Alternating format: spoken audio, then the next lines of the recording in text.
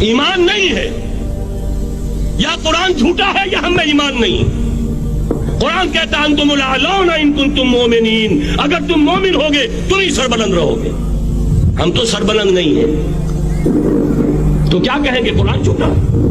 ایمان نہیں ہے۔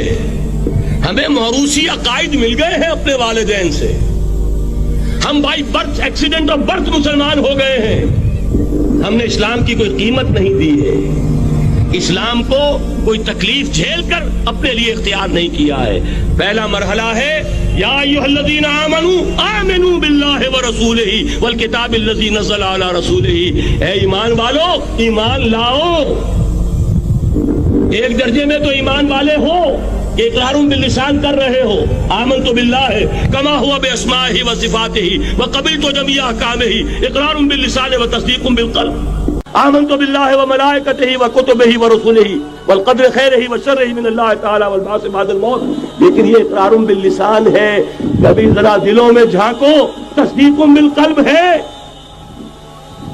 تصدیق بالقلب ہو جائے تو زندگی کا نقشہ بدل جائے گا، سوچ بدل جائے گی، ترجیحات بدل جائیں گی۔ آج زندگی سب سے عزیز ہے، پھر شہادت کی موت اس سے کہیں زیادہ عزیز ہوگی۔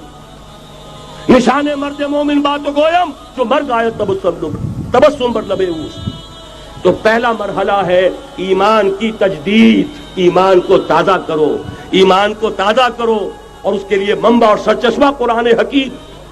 هو الذی ينزل علی عبدہ آیات بینات لیخرجکم من الظلمات الی النور۔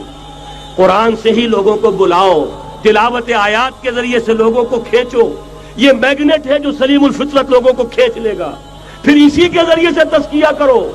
یا ایھا الناس قد جاءتکم موعظۃ من ربکم وشفاء لما فی الصدور، تمہارے سینوں کے اندر جو روگ ہیں ان کا علاج بھی یہی قرآن ہے، پھر اسی کی تعلیم دو۔